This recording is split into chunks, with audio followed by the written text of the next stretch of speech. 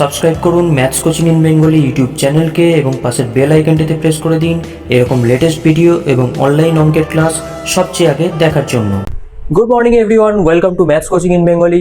আজকে আমি আবারও WBJEE 2019 সালের ম্যাথসের কোশ্চেন নিয়ে হাজির হয়েছি। আজকে আমাদের পার্ট 4 ক্লাস হবে। হ্যাঁ, বিগত 2-3 দিন ধরে শারীরিক অসুস্থতার জন্য ক্লাস আসেনি বা কোনো ভিডিও আসেনি, তোমরা ভিডিও পাওনি। আজ থেকে আবার শুরু হয়েছে, র্যাপিডলি ক্লাস হবে, সাথে বেশ কিছু লাস্ট মিনিট টিপসও দেওয়া হবে। তো চিন্তার কোনো কারণ নেই, 2019 সাল তো কমপ্লিটই হবে, পারলে হয়তো 2018 সালে আমরা কমপ্লিট করবো। তাই ভিডিওগুলো কমপ্লিটলি দেখতে থাকো তোমরা। প্রত্যেকটা প্রিভিয়াস ইয়ার সলিউশন আমরা ধরে ধরে বুঝিয়ে দিচ্ছি। আগের ক্লাসে অলরেডি আমাদের 2019-এর তিনটে পার্ট এবং 2020 কমপ্লিট সলিউশন হয়ে গিয়েছে। যদি তোমরা সেগুলো এখনও না দেখে থাকো তাহলে অবশ্যই উপরের আই বাটনে ক্লিক করে ওগুলো আগে দেখে নাও, সেখানে কমপ্লিটলি বুঝিয়ে আগের ক্লাসগুলো করিয়ে দিয়েছি। আর তোমরা যারা WBJEE নতুন দিচ্ছ বা প্রিপারেশনের জন্য বই খুঁজছো, তাদের খোঁজার কোনো প্রয়োজন নেই। বেস্ট কিছু বইয়ের লিঙ্ক আমি ভিডিও ডিসক্রিপশন বক্সে দিয়ে রেখেছি, সেখান থেকে তোমরা বইগুলো কিনতে পারো। WBJEE 2019 সালের কোশ্চেনটা তোমাদের প্রয়োজন, সেই কোশ্চেন কিন্তু ডেসক্রিপশন বক্সে দেওয়া আছে, সেখান থেকে জাস্ট ক্লিক করে ডাউনলোড করে নাও। একটা গুগল ড্রাইভ লিঙ্ক দেওয়া আছে।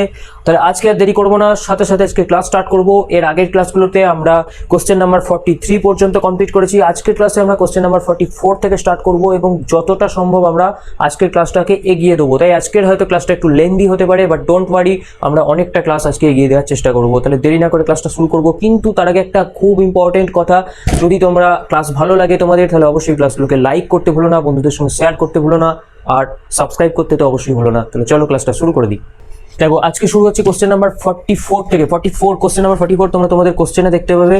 দেখো বলছে, এ candidate is required to answer 6 out of 12। আমি এখানে কোশ্চেনগুলো ইংরেজিতেই বলবো, কিন্তু বুঝিয়ে ওভারঅল আমি বাংলা ইংরেজি মিশিয়ে কিন্তু বুঝিয়ে দেবো, অর্থাৎ বেঙ্গলি মিডিয়ামের স্টুডেন্টসরাও কোনো অসুবিধে নেই, সবটা বুঝতে পারবে।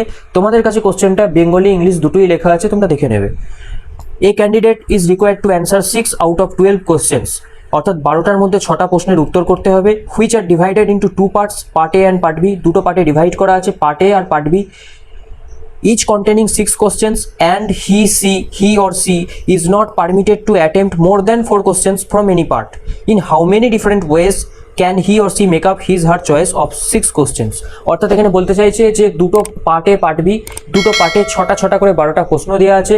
একজন স্টুডেন্টকে কিন্তু মোট 6টা কোশ্চেন করতে হবে, কিন্তু মোট 6টা কোশ্চেন করার জন্য তার শর্ত হচ্ছে যে পার্ট এ অথবা পার্ট বি যে কোনো একটা পার্ট থেকে সে ম্যাক্সিমাম 4টের বেশি প্রশ্নের উত্তর করতে পারবে না, মানে ম্যাক্সিমাম 4টে প্রশ্নের উত্তর করতে পারবে একটা পার্ট থেকে।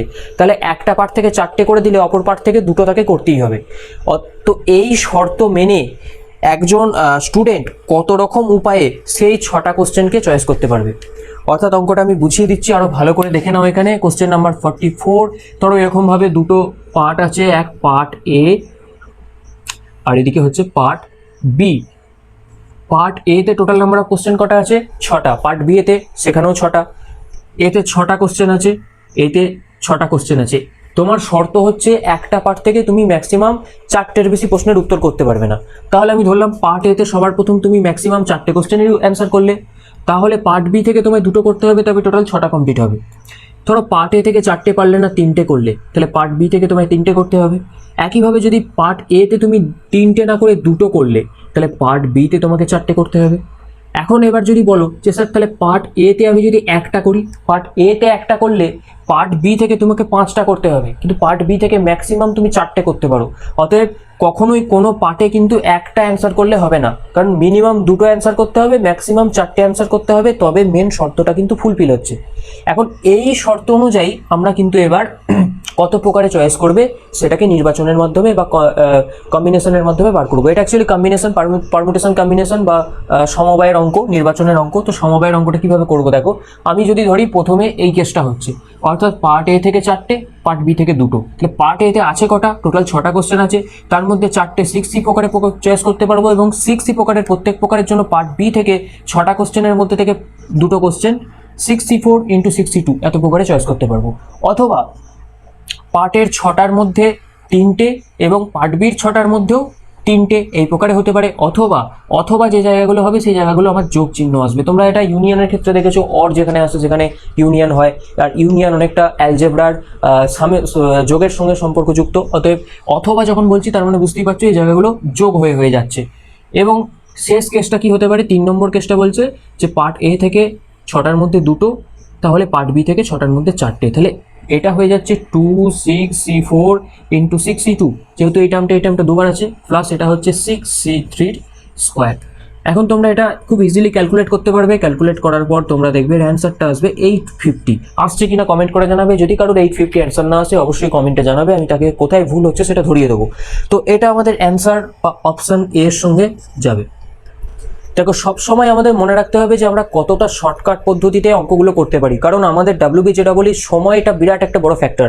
খুব কম সময়ের মধ্যে আমাদেরকে অ্যান্সার করতে হয়, তাই সব সময় বুঝে নিতে হবে যে কতটা শর্টকাটে আমরা সেখানে ডায়াগ্রাম, গ্রাফ ইত্যাদি অঙ্কন করে অনেক অঙ্কের সলিউশন হয়ে যাবে। কিছু অঙ্ক অবজারভেশনের মাধ্যমে সলিউশন করব।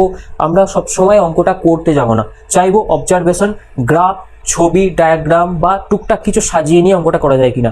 দেখো, সমবায়ের অঙ্ক সবসময় অনেকের অনেক পারমুটেশন কম্বিনেশনের অঙ্ক অনেকে শক্ত লাগে, কিন্তু সমবায়ের অঙ্ক সঠিকভাবে বুঝতে পারলে কিন্তু খুব শক্ত নয়, খুব সহজ অঙ্ক। যেমন ধরো, এরপরে আবার একটা কম্বিনেশন বা সমবায়ের অঙ্কে চলে যাব। কোশ্চেন নাম্বার 45 বলছে, there are 7 greetings cards, each of a different colour and 7 envelopes of same 7 colours as that of cards. অর্থাৎ 7টা চিঠি আছে, বিভিন্ন রঙের চিঠিগুলো, এবং সেই রঙের ম্যাচ করে 7টা আলাদা আলাদা এনভেলপ বা খাম আছে সেই চিঠিগুলোকে রাখার জন্য।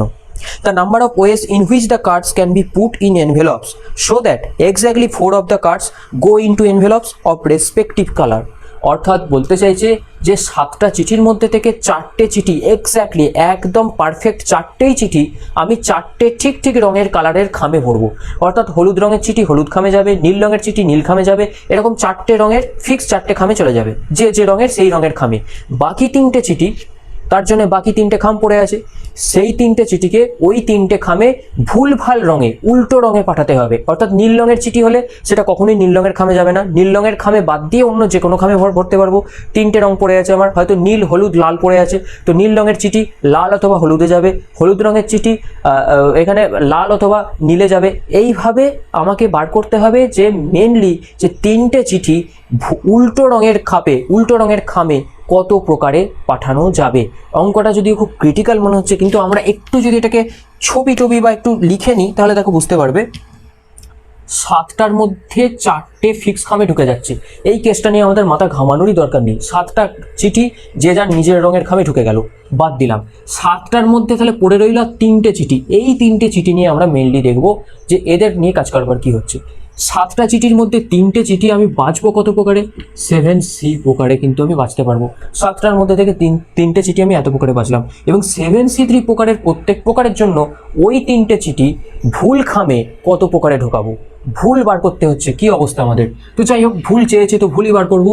আমরা ধরলাম 3টে খাম পড়ে আছে, এনভেলপের যেহেতু ইংরাজি দিয়ে শুরু হয়, তো E1, E2, E3 3টে ডিফারেন্ট কালারের 3টে এনভেলপ।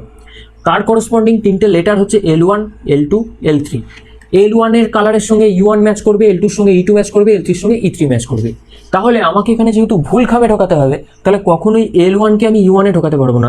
L1কে হয় E2 তে ঢোকাতে হবে, নাহলে E3 কে ঢোকাতে হবে। তাহলে L1কে আমি প্রথম যদি ধরো সাপোজ E3 তে ঢোকালাম, ওকে, প্রত্যেকটাকে কিন্তু ভুল খামে ঢোকাতে হবে। তাহলে E2 তে কখনোই L2 ঢুকতে পারবে না, তাহলে E2 তে কি ঢোকাতে হবে? পড়ে আছে L3, আর E1 এ L2 ঢুকে যাবে। এইটা একটা ভুল কেস হলো। তাহলে আমি আর কতভাবে ভুলভাবে ভোট ঢোকাতে পারবো? E3 তে আমি L2 রাখতে পারি, E2 তে আমি L1 রাখতে পারি, E1 এ আমি L2 হয়ে গেছে, এটা L3 রাখতে পারি। ঠিক আছে, এই আর এক প্রকারে আবার ভুলভাল খামে ঢোকাতে পারি। কোনো খামটাই একটাও সঠিক খামে ঢোকানো যাবে না। এরপর কি করতে পারি? এরপর দেখো, আমি E1 এ যদি মনে করি L2, L3 হয়ে গেছে, L1 রাখতে পারবো না। E2 তেও L3, L1 হয়ে গেছে, L2 রাখতে পারবো না। E3 তেও L1, L2 হয়ে গেছে, L3 রাখতে পারবো না। তাহলে আর কোনোভাবে কি ভুল খাম তোমরা এখানে সাজাতে পারবে? আমার তো মনে হয় না পারবে। তাই এখানে আমরা মোট 2টি প্রকারে কিন্তু কি করব? 2টি প্রকারে কিন্তু ভুল খামে ঢোকাতে পারবো। অর্থাৎ ভুল করব 2টো প্রকারে, বা ভুল খামে চিঠি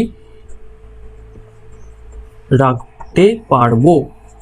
ওকে, তাহলে 7C3টা চিঠি আছে, 7C3 উপায়ে চিঠিগুলোকে নির্বাচন করব। 7C3 প্রকারের প্রত্যেক প্রকারে কিন্তু দুটো প্রকারে ভুল খামে ঢোকাবো। তাহলে টোটাল আমার কতগুলো প্রকার হবে? টোটাল আমার হবে এখানে 7C3 × 2, চারটে চিঠি নিয়ে আমার এখানে কোনো আলোচনার প্রয়োজনই নেই, সে যে যার খামে নির্দিষ্ট জায়গায় ঢুকে গিয়েছে। খালি প্রয়োজন হচ্ছে বাকি যে তিনটে চিঠি থাকবে সেই তিনটে চিঠি ভুল খামে ঢোকানোর জন্য কত প্রকারে ঢোকাতে পারবো, সেটা হচ্ছে এত প্রকারে। 7C3 × 2 এটা তোমার দেয়াই আছে অপশান বি, তাহলে অপশান বি হচ্ছে রাইট অ্যান্সার। বুঝতে কোনো অসুবিধা হলে কমেন্ট করবে এবং আমাদের হোয়াটসঅ্যাপ গ্রুপ, টেলিগ্রাম চ্যানেল যেখানে খুশি জয়েন করো। আরও একটা বিশেষ ঘোষণা আমি তোমাদের জন্য করে দিই, আমাদের টেলিগ্রাম চ্যানেলে কিন্তু অলরেডি বিভিন্ন রকম জেই মেন্স, WBJEE রিলেটেড বিভিন্ন কিন্তু স্টাডি মেটেরিয়ালস আপলোড করা হচ্ছে। অনেক পেড, অনেক নামি দামি ইনস্টিটিউটের স্টাডি মেটেরিয়ালসও তোমরা কিন্তু আমাদের টেলিগ্রাম চ্যানেলে পেতে পারো। তাই অবশ্যই টেলিগ্রাম চ্যানেলটা একবার জয়েন করে দেখতে পারো। সেখানে কিন্তু মক টেস্টেরও ব্যবস্থা করা হয়েছে। তোমরা যদি মক টেস্ট দিতে চাও, অবশ্যই ইংলিশ ল্যাঙ্গুয়েজে কোশ্চেন হবে। তোমরা মক টেস্ট দিতে চাইলে টেলিগ্রাম চ্যানেলে জয়েন করো, সেখানে গিয়ে মেসেজ করো। অবশ্যই আমরা মক টেস্টের যে ব্যাপার আছে, প্রসিডিওর আছে, সেগুলো জানিয়ে দেবো। এরপর চলে যাবো নেক্সট কোশ্চেনে। নেক্সট কোশ্চেন দেখো, কোশ্চেন নাম্বার 46। এটা কিন্তু বাইনোমিয়াল থিওরামের অঙ্ক, অর্থাৎ দ্বিপদ উপপাদ্যের অঙ্ক। বলছে 7^2n + 16n-1 ডিভিজেবল বাই, কি দ্বারা বিভাজ্য হবে এই এক্সপ্রেশনটা 7^2n + 16 × n-1। তো এটাকে আমাকে প্রথমেই দ্বিপদ উপপাদ্য কাজে লাগিয়ে আগে এটাকে এক্সপ্যান্ড করতে হবে। এক্সপ্যান্ড করার পর আমরা সাজিয়ে নিয়ে দেখবো এটা কি দিয়ে বিভাজ্য হচ্ছে। প্রথমে দেখো, এখানে আমি 7^2n কে এইভাবে ভেঙে নেবো। এটা 8-1, 7কে 8-1 2n + 16n-1।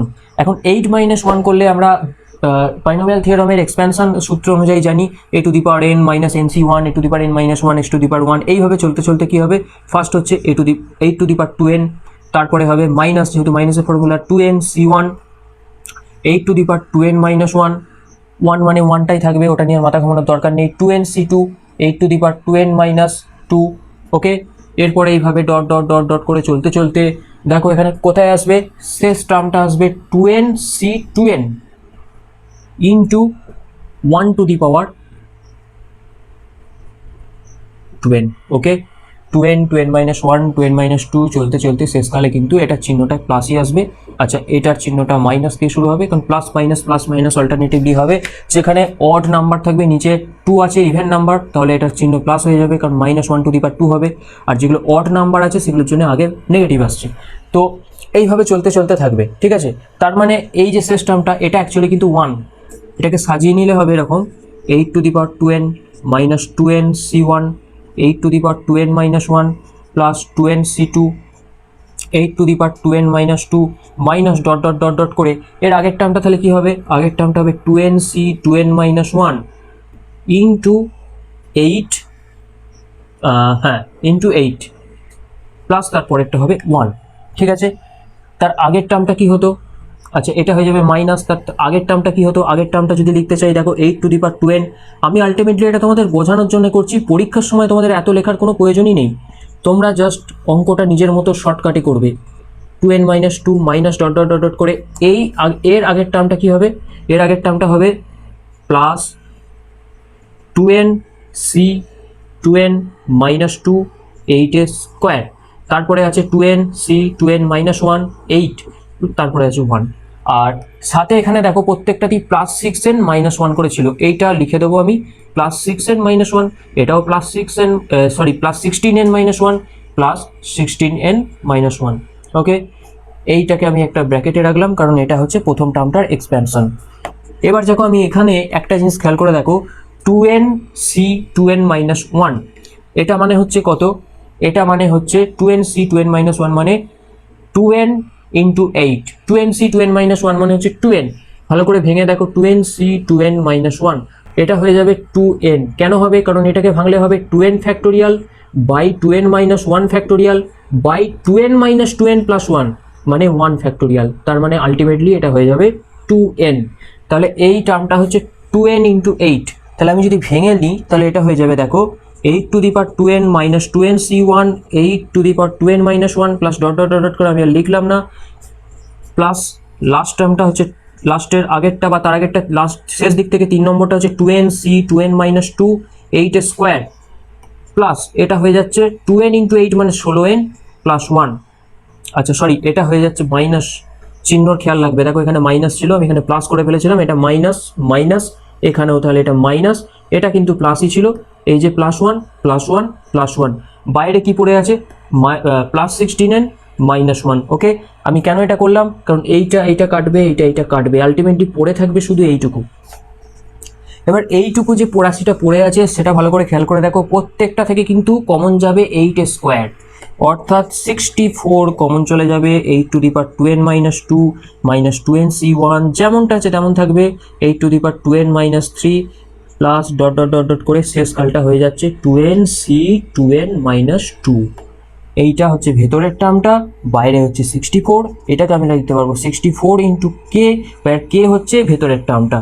তাহলে আমি এটা দেখতে পাচ্ছি যে পুরোপুরি 64 বা 64 দিয়ে বিভাজ্য হচ্ছে। তাহলে আমরা এখানে অপশানেও দেখতে পাচ্ছি, অপশান ডি বলছে 64, তাহলে 64 দিয়ে বিভাজ্য হবে, অ্যান্সার ইজ 64। এরপর আমরা নেক্সট কোশ্চেন 47-এ চলে যাবো। কোশ্চেন নাম্বার 47 আবারও একটা কিন্তু আমাদের বাইনোমিয়াল এক্সপেনশনের অঙ্ক। বাইনোমিয়াল এক্সপেনশনের অঙ্কটাই বলছে the number of irrational terms in the expansion of 3^1/8 plus 5^1/4 whole to the power 84 is. অর্থাৎ যে এখানে এক্সপ্রেশনটা দেওয়া আছে, এই এক্সপ্রেশনটার ইরেশনাল পদ কতগুলো, অমূলদ সংখ্যার পদ কতগুলো হবে। শুনতে খুব উল্টো পাল্টা ভজকট লাগলেও অঙ্কটা সত্যিই সহজ। কোশ্চেন নাম্বার 47, একটা জিনিস খেয়াল করে দেখো, 3^1/8 plus 5^1/4 whole to the power 84। Simply দেখেই বোঝা যাচ্ছে বাইনোমিয়াল এক্সপেনশনের অঙ্ক। তো আমি প্রথমে r+1তম পদটা tr+1 বার করব।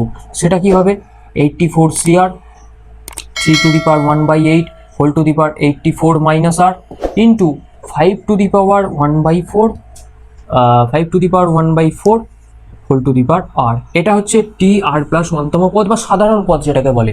তো এই পদটার মধ্যে দেখো, এইখানে r এর কোন কোন মানের জন্য এই রকম পদে ইরেশনাল নাম্বার আসবে।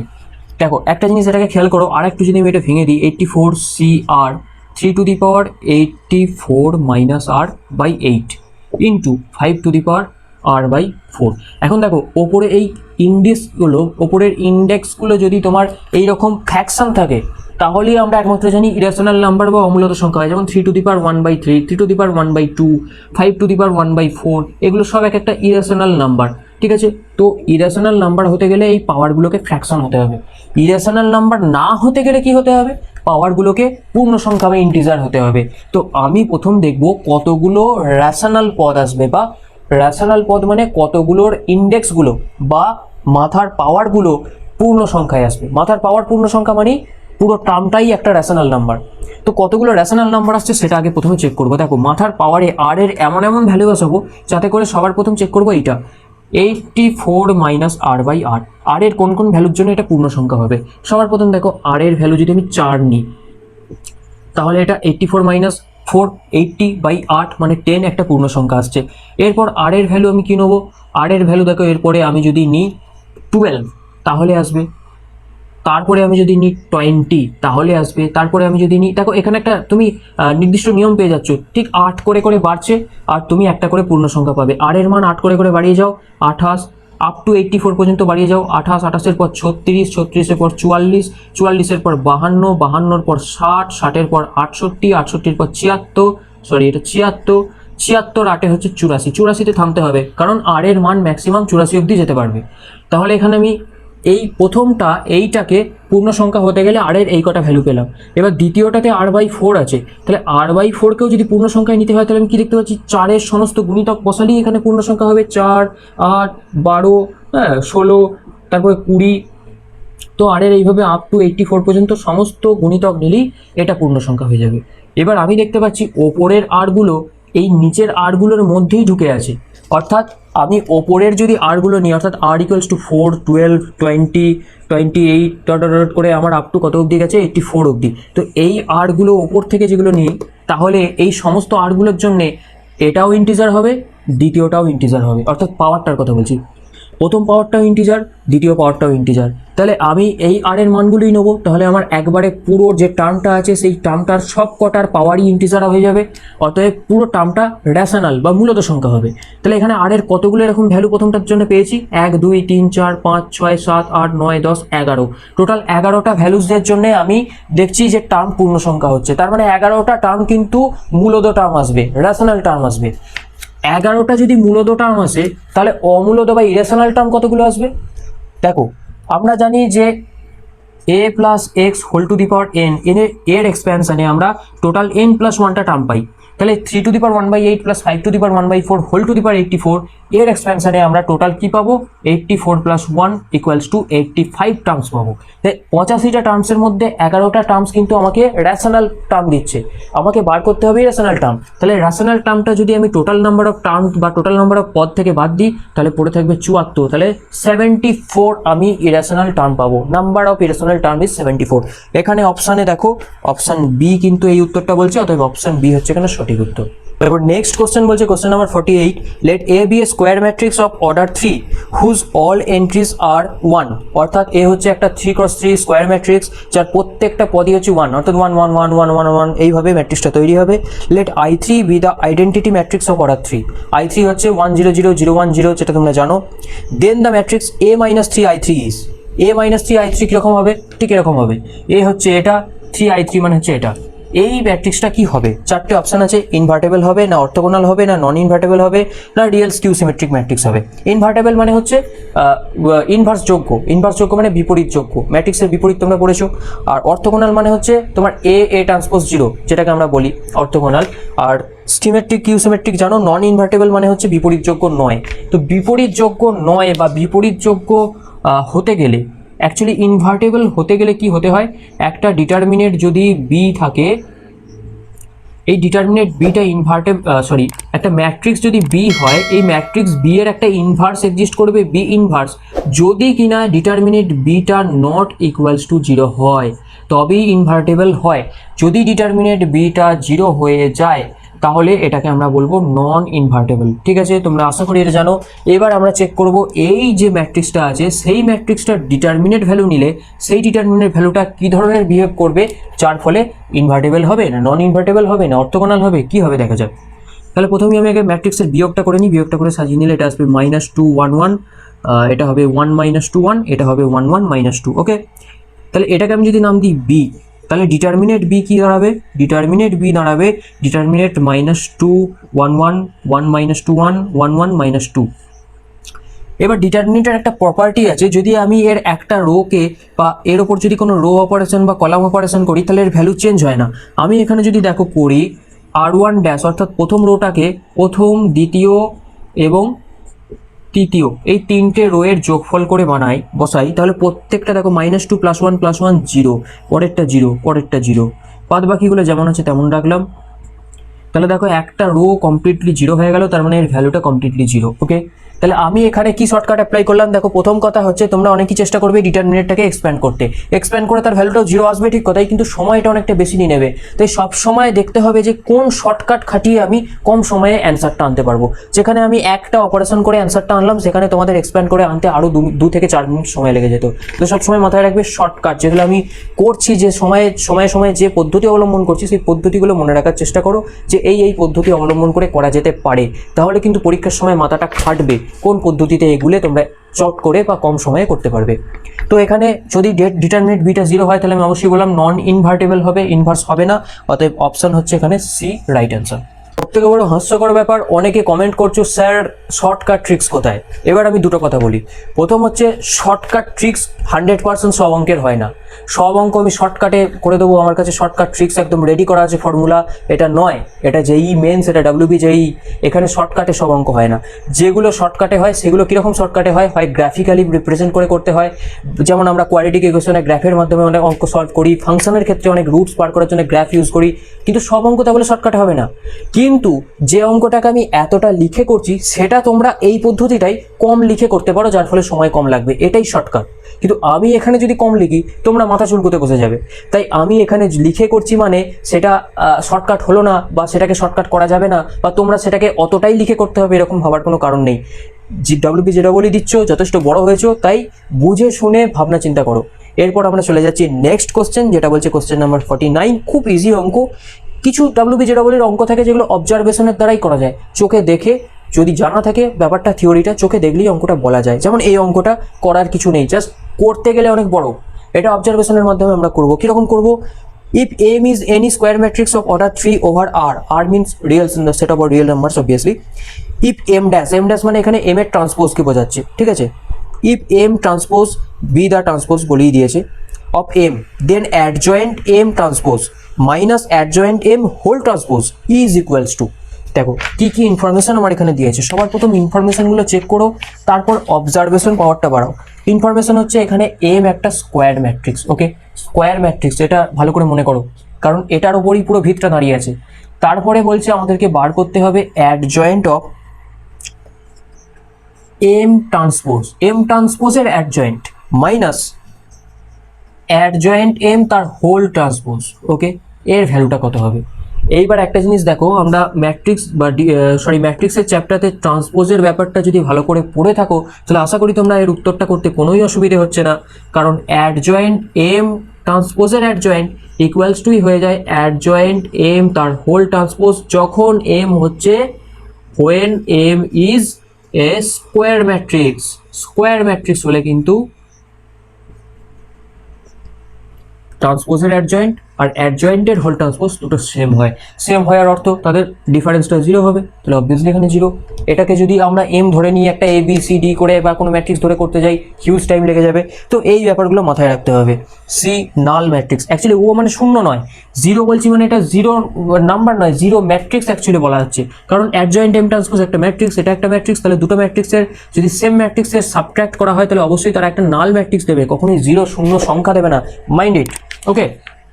তো এটা একটা null matrix, option C is the option here.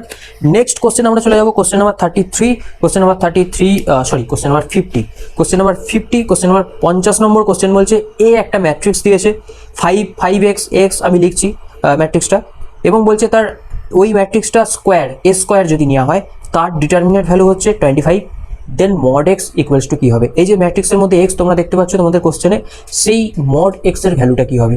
আমি এই পেজটাতেই করছি, মোছার দরকার নেই, খুব ইজি অঙ্ক। আমার এ বলা আছে, আচ্ছা প্রথম বলি মড এ স্কোয়ার মড বা determinant of A square equals to বলা আছে 25। মডের মতো দেখতে বলে সবসময় মড হয়ে যায়, কিন্তু অ্যাকচুয়ালি এটা ডিটারমিনেন্ট, আমরা সবাই জানি। তো ডিটারমিনেন্ট এ স্কোয়ার 25। এবার আমরা এটা জানি যে ডিটারমিনেন্ট এ স্কোয়ার মানে হচ্ছে ডিটারমিনেন্ট এ ডট এ, তার মানে ডিটারমিনেন্ট এ ইন্টু ডিটারমিনেন্ট এ, তার মানে কিন্তু ডিটারমিনেন্ট এর হোল স্কোয়ার। তো তার মানে এখান থেকে আমি লিখবো ডিটারমিনেন্ট এর হোল স্কোয়ার সমান 25, তার মানে ডিটারমিনেন্ট এ সমান কিন্তু +-5, অবভিয়াসলি প্লাস মাইনাসটা নিতে হবে, কারণ আমার এখানে সবসময় স্কোয়ার করছি এবং যত এটা কখনোই ভাবার কোনো প্রয়োজন নেই যে এটা তো মড চিহ্ন আছে তাহলে মাইনাস কেন নেবো, this is not mod, this is determinant, so plus minus both symbols are accepted here. এবার দেখো কি করতে বলেছে, আমাদেরকে এ ম্যাট্রিক্সটা দিয়ে দিয়েছে, এ কি বলছে, আচ্ছা এ ম্যাট্রিক্সটা দিয়ে দিয়েছে, তাহলে আমি ডিটারমিনেন্ট এটা একবারে লিখবো আর ম্যাট্রিক্সটা লিখে কাজ নেই, আমি একবারে ম্যাট্রিক্স বানিয়ে নেবো 5 0 0 5x x 0 x 5x 5, ওকে। তো এই হচ্ছে আমার ম্যাট্রিক্সটা। এবার একটা জিনিস খেয়াল করে দেখো, আমাকে বার করতে হবে কি মড এক্স সমান কত। এখানে এটা কিন্তু ডিটারমিনেন্ট ভাবার কোনো কারণ নেই, এক্স ইজ এ নাম্বার, তাহলে তার দিকে যখন দুটো চিহ্ন দিয়েছে মানে সেটা অবভিয়াসলি মড, কিন্তু একটা ম্যাট্রিক্সের আগে দুটো চিহ্ন মানে সেটা কিন্তু ডিটারমিনেন্ট, এই জায়গাটা গন্ডগোল করার কোনো প্রয়োজন নেই। তাহলে এখন এটাকে দেখো আমি যদি এক্সপ্যান্ড করলে আমার এটা আসবে 5 × 5x, bus that's all, 25x expansion করলে 25x আসবে, 25x। আবার ডিটারমিনেন্ট এ সমান যদি 25x হয়, এখান থেকে পেয়েছি ডিটারমিনেন্ট এ সমান +-5, অতএব 25x = +-5, বা x = +-5/25 সমান +-1/5, বা মড এক্স সবসময় পজিটিভ ভ্যালু নেয়। আমি বারবার বলছি x is a element, x is a real number, তাহলে অবশ্যই এটা ডিটারমিনেন্ট ধরে লাভ নেই, এটা মড মানে কিন্তু +1/5। অ্যান্ড এখানে দেখো option A is the right answer, very good question, okay. এরপর আমরা চলে যাব আরও ভালো কোশ্চেনে, সেটা হচ্ছে কোশ্চেন নাম্বার 51। কিন্তু একটা জিনিস, আমরা কোশ্চেন নাম্বার 50 পর্যন্ত এতক্ষণ ছিলাম ক্যাটাগরি 1-এ, অর্থাৎ এখানে প্রত্যেকটার জন্য 1 নম্বর ছিল এবং প্রত্যেকটাতে 1/4 করে নেগেটিভ নাম্বার ছিল। এরপরে আমরা চলে যাব 2 নম্বরের প্রশ্ন ক্যাটাগরি 2-তে। কোশ্চেন নাম্বার 51 বলছে দেখো একটা তিনটে সিস্টেম অফ লিনিয়ার ইকুয়েশন দেওয়া আছে, যেটা তোমরা বোর্ডে দেখতে পাচ্ছ। এই সিস্টেম অফ লিনিয়ার ইকুয়েশনটাই বলছে ইনফাইনাইটলি মেনি সলিউশন থাকবে আর এতে, R means real number, obviously set of real numbers. তো ইনফাইনাইটলি মেনি সলিউশন থাকে কখন সেটা আমরা প্রথম জানবো। দেখো সবার প্রথম হচ্ছে যখন আমরা ক্র্যামার্স রুল পড়েছি তখন আমরা দেখেছি ডিটারমিনেন্টের ক্র্যামার্স রুলে ডেল্টা ইকুয়ালস টু হয়ে যায় কোএফিসিয়েন্ট ম্যাট্রিক্সটা, অর্থাৎ এখানে λ 2 5 1 μ 7 3 -1 1, এটা হচ্ছে কোএফিসিয়েন্ট ম্যাট্রিক্স। এখন এই কোএফিসিয়েন্ট ম্যাট্রিক্সটা আর হচ্ছে ডেল্টা, কোএফিসিয়েন্ট ম্যাট্রিক্সটা যদি 0 হয় এবং সাথে সাথে যদি constant term d1 d2 d3 এই তিনটেও 0 হয়, তাহলেই একমাত্র system of linear equation will have to কি ইনফাইনাইটলি মেনি সলিউশন। তাহলে এখানে ইনফাইনাইটলি মেনি সলিউশনে প্রথম কন্ডিশনটা তো অবভিয়াসলি স্যাটিসফাই করেই আছে। আমার এই কন্ডিশনটাকে আমাকে বার করতে হবে, দেখাতে হবে delta equals to 0, delta equals to 0 হলেই কিন্তু এটা ইনফাইনাইটলি মেনি সলিউশন থাকবে। তাহলে ডেল্টা হচ্ছে এই ডিটারমিনেটটা, এটাকে যদি আমি 0 করি তাহলে হবে ল্যামডা 1 3, সরি এটা 3 2 মিউ -1 5 7 1, এটা ইকুয়ালস টু 0 হলে এখান থেকে দেখো আমি পাবো ল্যামডা ইন্টু মিউ প্লাস 7 -1, এটাকে আমি যদি এই দিকটা বাদ দিই তাহলে এটা হবে 2 প্লাস 5। ওকে, তারপরে দেখো আমি যদি করি প্লাস 3 তাহলে এটা হবে 17 14 মাইনাস 5 মিউ ইকুয়ালস টু 0। ওকে ঠিক আছে, ক্যালকুলেশন একবার চেক করে নাও। আচ্ছা ঠিক আছে, মিউ প্লাস 7 এখান থেকে আসছে 2 প্লাস 5, এখান থেকে 3 14 মাইনাস 5 মিউ, এটা ইকুয়ালস টু 0। এটাকে ভেঙে নেবো, ল্যামডা মিউ প্লাস 7 ল্যামডা, এটা হচ্ছে -7, এখান থেকে হচ্ছে প্লাস 42, এখান থেকে হচ্ছে -15 মিউ ইকুয়ালস টু 0। এবার এটাকে আমায় সাজিয়ে নিতে হবে। অ্যাকচুয়ালি আমার অপশানে দেখো ল্যামডা আর মিউ এর ভ্যালু বার করতে বলেছে, তো আমাকে এখান থেকে ল্যামডা মিউ এর ভ্যালুটা বার করতে হবে। এবার তোমরা বলবে স্যার দুটো ভ্যারিয়েবল ল্যামডা মিউ সেপারেট, দুটো ভ্যারিয়েবল একটাই মাত্র ইকুয়েশন থেকে কি করে বার করব, সেটাই বলছি কি করে বার করবে। ভালো করে দেখো, এখানে মাথা খাটানোর বিশেষ কোনো প্রয়োজনই নেই, জাস্ট কত সহজে অঙ্কটা হয় সেটা দেখতে থাকো। আমি যে সাজিয়ে নেবো, সাজানোর উপর সব কাজ কারবার এখানে নির্ভর করছে। যেমন প্রথমেই দেখো এটা আমি করে নেবো ল্যামডা ইন্টু মিউ প্লাস 7, অর্থাৎ এই দুটো থেকে ল্যামডাটাকে কমন নিলাম। আর এখানে দেখো -15 মিউ আছে, তো আমি কি করব, এখানে করব -15 ইন্টু মিউ প্লাস 7, তার মানে -105। এখানে একটা আমি এক্সট্রা অ্যাড করেছি -105, 7 15 105, -105 অ্যাড করার জন্য একটা +105 করে দিলাম। সাথে সাথে দেখো এখানে আছে -7, এখানে আছে +42 ইকুয়ালস টু 0। এটা কেন করলাম, কারণ এটা ফ্যাক্টরাইজ হয়ে যাচ্ছে, তাহলে এটা হয়ে যাবে ল্যামডা -15, এটা হবে মিউ প্লাস 7। এবার তাহলে দেখো এই যে টার্মটা, কনস্ট্যান্ট টার্মটা, এটা হচ্ছে 140 ইকুয়ালস টু 0। তাহলে আমাকে যদি ল্যামডা মিউ এর এমন মান বার করতে হবে যাতে করে এই সমীকরণটা স্যাটিসফাই করে, অর্থাৎ লেফট হ্যান্ড সাইডটা 0 হয়। ল্যামডা মিউ এর এমন মান বসাবো যাতে লেফট হ্যান্ড সাইডটা 0 হয়, তবে স্যাটিসফাই করবে। লেফট হ্যান্ড সাইডটা 0 হতে গেলে এই যে পোর্শনটা, এই পোর্শনটাকে হতে হবে -140। এখন ল্যামডা মিউ এর অপশনগুলো খেয়াল করো, প্রথমটায় 2, তারপর 3, তারপরে 1, তারপর 2, কোন ভ্যালুটা বসালে এই সাইডটা, এই পোর্শনটা আমার -140 আসবে সেটা খেয়াল করব। প্রথম lambda equals to 2 mu equals to 3 বসিয়ে দেখো, কখনোই আসবে না। একমাত্র অপশন সি এখানে আছে। হ্যাঁ, এটা কিছু করার নেই, অপশনে ল্যামডা মিউ এর মানটা বসিয়ে খালি এইটুকু চেক করতে হবে যে -140 আসছে কিনা। আমি অপশন সি এ যেটা আছে, অর্থাৎ lambda equals to 1 mu equals to 3 বসিয়ে দেখো, এটা কিন্তু -140 আসবে, কেটে যাবে, 0 স্যাটিসফাই করবে। তাহলে lambda equals to 1 mu equals to 3 is the right answer. Question number 52 দেখো, এটা একটা ইনভার্স ইমেজের অঙ্ক। ঠিক আছে, কিরকম ইনভার্স ইমেজের অঙ্ক না, এফ এক্স টু ওয়াই একটা ফাংশন দেওয়া আছে, F capital X to capital Y, X Y are the set here, একটা ফাংশন দেওয়া আছে এবং বলা হচ্ছে এ বি দুটো নন ভয়েড মানে নন এমটি মানে অশূন্য, সাবসেট। কার সাবসেট? এটা হচ্ছে ওয়াই এর সাবসেট। তাহলে নিচের চারটে অপশানে কোনটা সঠিক? দেখো নিচের অপশানগুলোর মধ্যে বেশ কিছু জিনিস দেখতে পাচ্ছ, F inverse A, F inverse B, F inverse A minus B. Actually এগুলো কি? এগুলো যদি না জানা থাকে তাহলে বলে দিই, এগুলো হচ্ছে inverse image of A B and A minus B. That means A subset হচ্ছে ওয়াই। ওকে, তার মানে কি? তার মানে হচ্ছে F inverse A subset X, অর্থাৎ এর ডোমেন সেটের সাবসেট। ঠিক একইভাবে এফ ইনভার্স বিটাও ডোমেন সেটের সাবসেট হবে, এফ ইনভার্স এ মাইনাস বিটাও কিন্তু ডোমেন সেটের সাবসেট হবে। ওকে, ইনভার্স ইমেজ বলা হয়, এ মাইনাস বি এর ইনভার্স ইমেজ হচ্ছে এফ ইনভার্স, এগুলো F inverse A minus B. এখন এই তিনটের মধ্যে কি সম্পর্ক সেইটা আমাদেরকে মেনলি বার করতে হবে। তো একটা থিওরি আছে, যে থিওরিটার প্রুফও হয়। তোমরা যদি প্রুফটা জানতে চাও তাহলে অবশ্যই আমাদের হোয়াটসঅ্যাপ গ্রুপ বা টেলিগ্রাম চ্যানেলে বলো, আমি সেখানে প্রুফটা করিয়ে দেবো। এখানে প্রুফটা করানোর কোনো প্রয়োজন নেই। থিওরামটা কি? থিওরাম বা উপপাদ্যটা বলছে F inverse A minus B, F inverse A intersection B equals to F inverse A intersection F inverse B. এটা হচ্ছে একটা রেজাল্ট বা একটা থিওরি। এই থিওরির প্রুফ খুব ইজি, তোমরা চাইলে আমি করিয়ে দেবো, বাট এখানে কিন্তু শর্টকাটে করাবো, এখানে টাইম পাবো না। তো এই থিওরামটা থেকে আমরা কিন্তু নিয়ে আসবো আমাদের মেন সলিউশনটা। যেমন দেখো, সলিউশনে যে কটা জিনিস ব্যবহার করা হয়েছে সবেতেই এ মাইনাস বি এর ব্যাপার আছে, কিন্তু এখানে এ মাইনাস বি আছে, এখানে এ ইন্টারসেকশন বি আছে। এই ইন্টারসেকশন বিকে আমরা এ মাইনাস বি এতে কনভার্ট করবো। যেমন put B equals to B complement, B এর জায়গায় বি কমপ্লিমেন্ট পুট করবো, কি হবে F inverse A intersection B complement equal to F inverse A intersection F inverse B complement, B এর জায়গায় বি কমপ্লিমেন্ট। এইবার ভালো করে খেয়াল করে দেখো, এ ইন্টারসেকশন বি কমপ্লিমেন্ট কি হয়ে যায় F inverse A minus B, এই ভেতরেরটা মানেই হচ্ছে এ মাইনাস বি। এটা হচ্ছে এফ ইনভার্স এ ইন্টারসেকশন, এটা হয়ে যাবে, কিন্তু এটাও একটা theorem, F inverse B complement মানে হচ্ছে এফ ইনভার্স বি তার হোল কমপ্লিমেন্ট, এটাও একটা কিন্তু আমাদের রেজাল্ট বা সূত্র বলতে পারো। চাইলে আমি এটাও প্রুভ করে দেখিয়ে দেবো, তার জন্য আমাকে হোয়াটসঅ্যাপ গ্রুপে নক করবে, আমি বলে দেবো।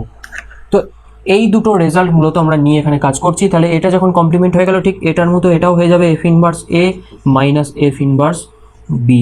তাহলে অ্যাকচুয়ালি রেজাল্ট আমি পাচ্ছি F inverse A minus B সমান এইটা। অ্যান্ড অপশান দেখো এখানে অবশ্যই অপশান সি হবে right answer. Okay, next question দেখো, কোশ্চেন নাম্বার 53 বলছে let S T U be three non void sets and F S to T G T to U be show that, যাতে করে G compose এফটা S থেকে U A subjective হচ্ছে। ভালো করে বোঝার জন্য আমি ছবি আঁকবো, কোনো চিন্তা নেই, তোমরা খালি মনোযোগটা বোর্ডের দিকে দাও, আমি ভালো করে বুঝিয়ে দিচ্ছি কি হচ্ছে ব্যাপারটা।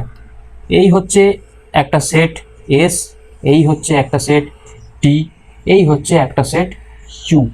এখন এস থেকে টি গেছে একটা ফাংশন এফ, আবার টি থেকে ইউ এ গেছে একটা ফাংশন জি। ধরলাম এস এর মধ্যে আছে x1 x2 x3 x4, ধরলাম টি এর মধ্যে আছে y1 y2 y3 y4, ধরলাম ইউ এর মধ্যে দুটোই আছে z1 z2। এখন এফ এস টু টি আর জি টি টু ইউ, এই দুটো ম্যাপিং দেওয়া আছে। তাহলে এই দুটো ম্যাপিং যদি হয় তাহলে আবার জি কম্পোজ এফ এক্সিস্ট করছে, জি কম্পোজ এফ তাহলে হয়ে যাবে এস টু ইউ। এখন বলছে জি কম্পোজ এফটা হচ্ছে সাবজেক্টিভ। যদি জি কম্পোজ এফটা সাবজেক্টিভ হয় তাহলে একটা জিনিস খেয়াল করে দেখো কি হবে না, ইউ থেকে যে কোনো পদ আমি যদি একটা জেড তুলে নিই, let Z belongs to U, তাহলে এর একটা P image under this mapping G compose F S এর মধ্যে অবশ্যই থাকবে। সেটাই বলে আমাদের সাবজেকশনের ডেফিনেশন বা সাবজেক্টিভ বা অন টু বা উপরি চিত্রের সংজ্ঞা, তাই বলছে। তাহলে জেড আমি একটা যে কোনো পদ ইউ থেকে তুলে নিলাম, তার জন্য একটা প্রি ইমেজ এক্স অবশ্যই এক্সিস্ট করবে এস এর মধ্যে, সাজ দ্যাট কি হবে না জি compose F of x is equal to Z হতে হবে। তাই অন টু হলে এটা অবশ্যই হতে হবে, যেহেতু জি কম্পোজ এফটা অন টু বলা আছে তাই এটা সমস্ত for all Z belongs to U এর জন্য ট্রু। ওকে, এটাকে আমি যদি ভাঙি কি হবে G of F X equals to Z, that means F এক্সগুলো কি না এফটা হচ্ছে এস এর পদগুলোকে টি এ পাঠিয়েছে, অর্থাৎ এস এর পদগুলোকে এফ টি এ পাঠিয়ে কি কি পদ পেয়েছি y1 y2 y3 y4, তাহলে এই ভ্যালুগুলোকে আমি ধরছি y, তাহলে G of y is equal to Z. Okay, যেখানে এফ এক্স সমান y ধরা হলো। ওকে, তাহলে দেখা যাচ্ছে যে এটা আবার for all Z belongs to U, তার মানে কি দেখতে পাচ্ছি ইউ এর মধ্যে সমস্ত যে কোনো জেড নিলেই সেই জেডের একটা প্রি ইমেজ ওয়াই পাওয়া যাচ্ছে, যেখানে ওয়াইটা কোথায় অবস্থিত হচ্ছে, ওয়াইটা কিন্তু অবস্থিত হচ্ছে এফ এক্সগুলো ওয়াই হচ্ছে, এফ এক্স কোথায় আছে এফ এক্স বা ওয়াই আছে কোথায় টি এ, তাহলে ওয়াই বিলংস টু টি, কারণ এফ এর কোডোমেন সেট বা এফ এর যে ক্ষেত্র এফ এর যে উপ অঞ্চল সেই উপ অঞ্চল হচ্ছে টি, তাহলে টি এর মধ্যে এফ এক্সগুলো ঢুকে আছে, আবার এফ এক্সগুলোই হচ্ছে ওয়াই, তাহলে ওয়াইগুলো টি এর মধ্যে আছে। তার মানে এখানে প্রত্যেকটা জেডের জন্য অ্যাটলিস্ট একটা ওয়াই পাবো, যে ওয়াইটা কিনা টি এর মধ্যে থেকে পাবো, যার জন্য G Y equals to Z হবে। এটার মানে হচ্ছে জি ইজ অন টু। দেখো জি কম্পোজ এফ ছিল অন টু, তার থেকে আমি পাচ্ছি জিটা অন টু হচ্ছে, G compose F onto হলেই জিটা অন টু হবে। এইবার যেটা আমাকে ক্যালকুলেশন করতে হবে বা আমাকে এখানে ডিসকাস করতে হবে সেটা হচ্ছে এফটা অন টু হবে না হবে না। আমি একটা উদাহরণের সঙ্গে সাহায্যে ক্যালকুলেশন করব। দেখো এখানে জি কম্পোজ এফ কি হচ্ছে না এস থেকে ইউএতে যাচ্ছে, এটা জি কম্পোজ এফ, এটা অন টু, জিটা অন টু। আমি ধরলাম y1 z1 এ ম্যাপ করেছে, y2 ও z2 তে z1 এ ম্যাপ করেছে, y3 y4 z2 তে ম্যাপ করেছে। তাহলে আমি এখান থেকে পরিষ্কার দেখতে পাচ্ছি জিটা হচ্ছে একটা সাবজেক্টিভ বা অন টু ম্যাপিং, কারণ প্রত্যেকটা পদ z1 z2 অ্যাটলিস্ট একটা পিএমএস আছে, অ্যাটলিস্ট একটা থাকতে হবে, একের বেশি থাকলেও অসুবিধা নেই।